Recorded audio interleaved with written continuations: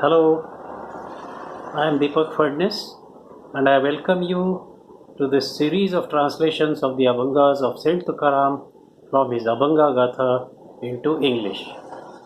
You may be aware that Saint Tukaram was a very great saint who was born in a village in Maharashtra named Dehu.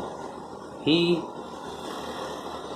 met God, he had Ishwar Darshan, and the legend says that he went to Vaikuntha in a plane, Garuda Vahana, which was brought by Vishnu on the earth. He came along with the Garuda Vahana and he took Saint Tukaram to Vaikuntha with his body, which is something which is very unique.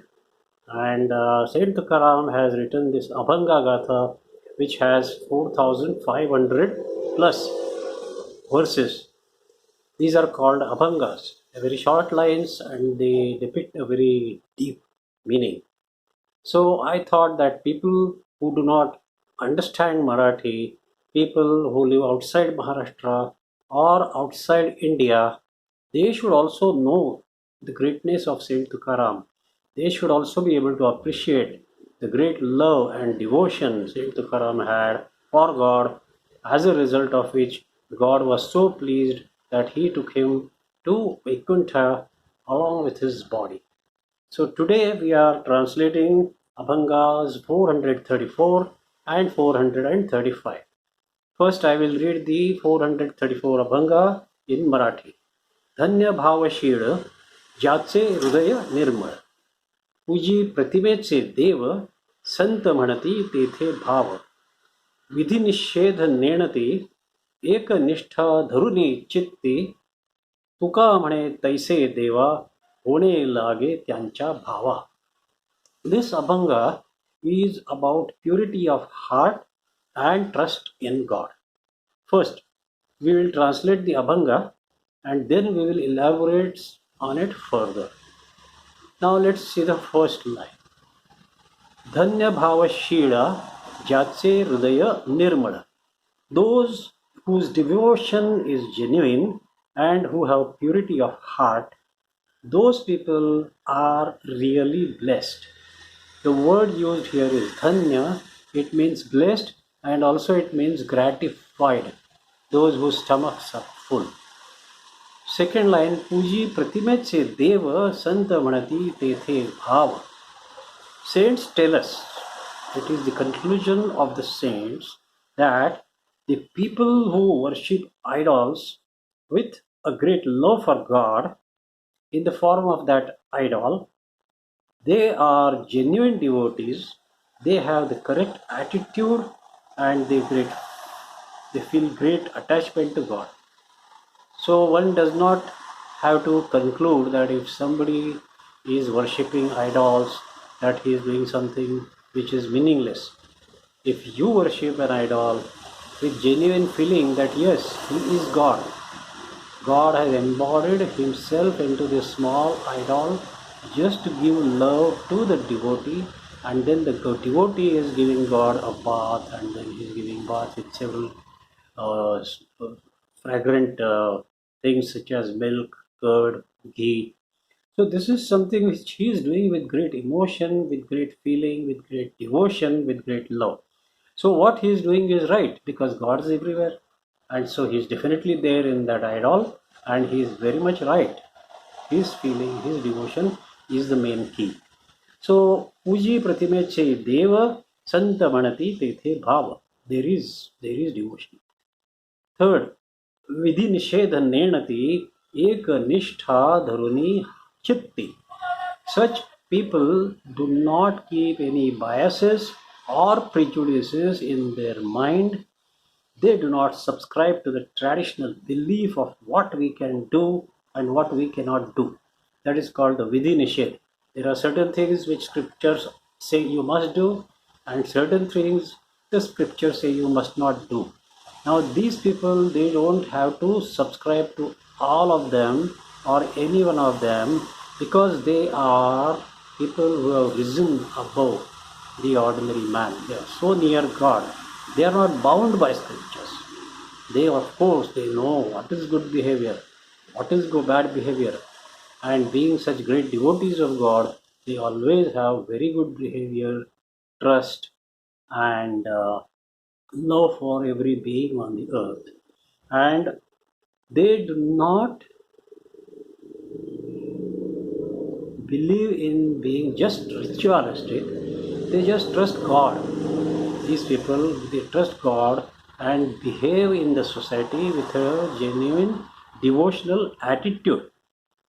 So, even if the external circumstances become difficult or torturous, they still don't lose their temper or their gentle attitude. If someone in the society tries to come and torture them or abuse them, they don't lose their calm, they don't lose their faith in God. Even in adverse circumstances, they keep chanting, they keep remembering God, they keep thanking God. That is the characteristic of such people. Now, we will see some examples of this a little later. Last line, Tukaram Maharaj says, Tuka mane taise deva hone lage त्यांच्या भावा. Tuka says, then God also has to take the same form as the devotee would like him to take, the form which devotee would like to see. God has to take that form and bless the devotee according to his devotion, give him what he desires, save him or elevate him. This is what God has to do because this devotee is so pure, so genuine, so much loving. When God loves him, God will also do what he wants.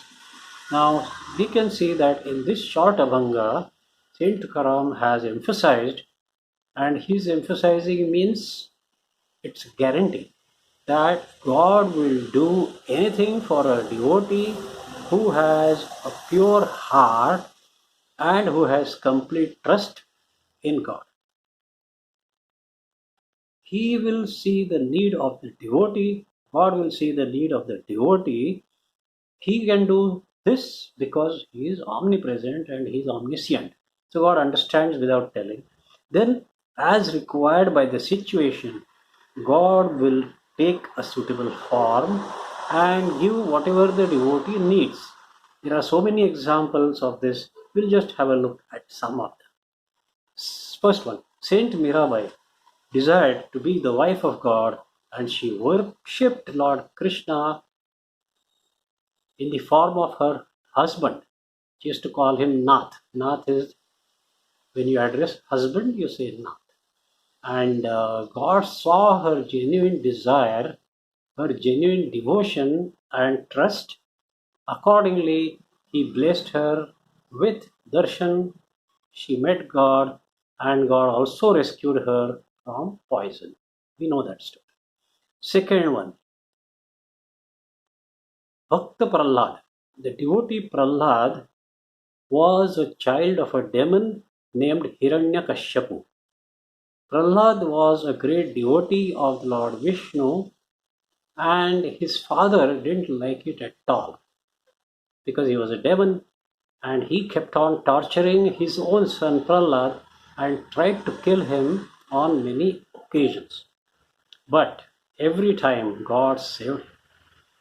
In the end, Lord Vishnu took the form of the great avatar Narsimha because that avatar was required at that time.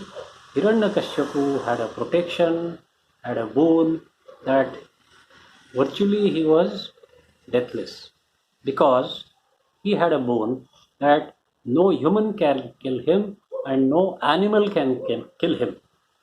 So that means death was impossible. And at the time when Prahlad was being tortured by God, I'm sorry. When Prahlad was being tortured by Hiranyakashipu, God came out of a pillar in the form of Narsimha. Narsimha had the head of a lion and body of a man. So he was neither a man nor an animal. And in that form, he killed Hiranyakashipu. and saved Bhakta Prahlad. So this is the way God comes, takes the right form and does the work for the devotee. The devotee will never have to worry. The devotee does not have to fear anything. Now there was an elephant, third story. There was an elephant named Gajendra. Once he went into a lake and started drinking water. After drinking water, he and along with him there were many elephants. They all started playing in the water. At that time, a crocodile caught the foot of Gajendra, the elephant, and held him tight in his teeth. No matter what the Gajendra did, the crocodile had taken a very strong grip and it started pulling Gajendra into the water. Gajendra tried many times. All the other elephants tried to pull him out, but that was of no help. As it is said in Bhagavata, this happened for several thousand years. And in the end, when the elephant was almost drowned up to his tusk, at that time he remembered Lord Vishnu and he pleaded Lord Vishnu to come running and to rescue him from this imminent death. Lord Vishnu, as soon as he came to know that his devotee is chanting his name and praying ardently for rescue, Lord did not waste even a fraction of a second and he came on his Garuda Vahan and he killed the crocodile and thus he rescued the Gajendra the elephant. So this is another story where God takes an immediate action, rushes to the scene where there is a need and keeps the devotee safe. Now there are so many such stories in which God took several forms and we have to end this Abhanga translation here and I hope you liked it and then we will move on to the next Abhanga which is Abhanga 435. आधीचा आळशी worry गुरुचा उपदेशी मग त्या कैची आडकाठी विधी निषेधाची भेटी नाचरवे धर्म न करवे विधी कर्म तुका म्हणे ते गाढव घेती मनासवे धाव.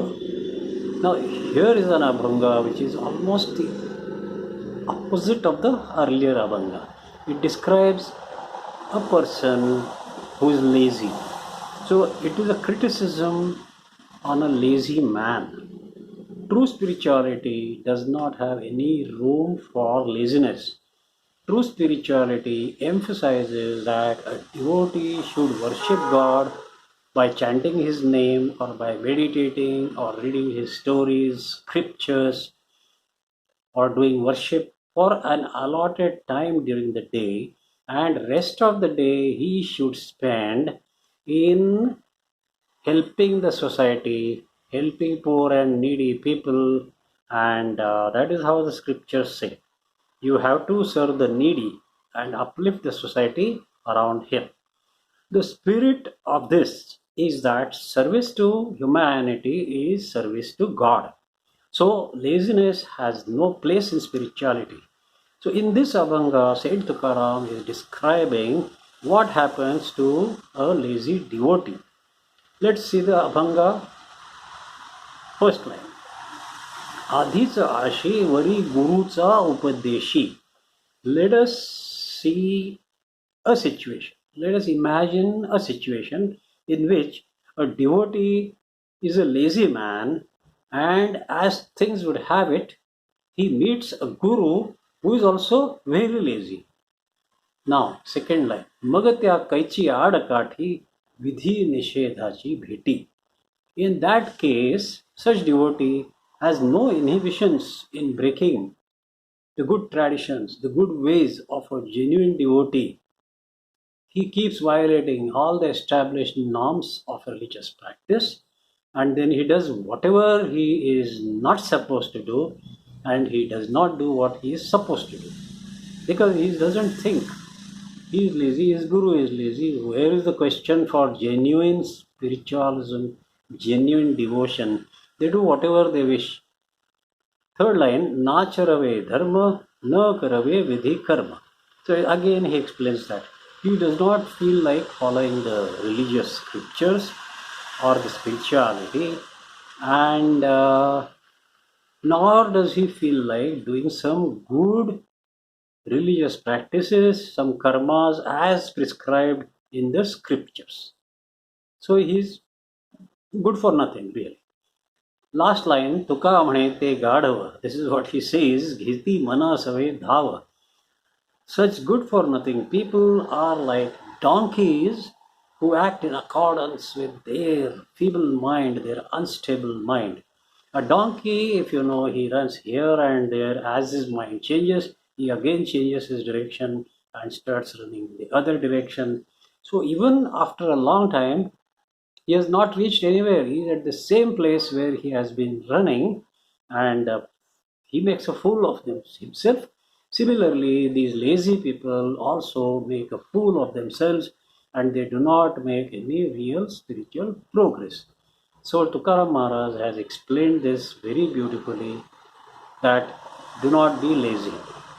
We know the examples of fake Babas. We know there are so many fake Babas in the society, those who claim that they have met God, those who claim that they are God realized people, who fool people, they attract people by promising that they can give him Ishwar Darshan with virtually no strain, no hardships, and people get fooled, they get attracted, they get looted. The Baba loots them, ruins their lives, and in the end, the Baba gets caught, gets into the prison, and ruins his own life.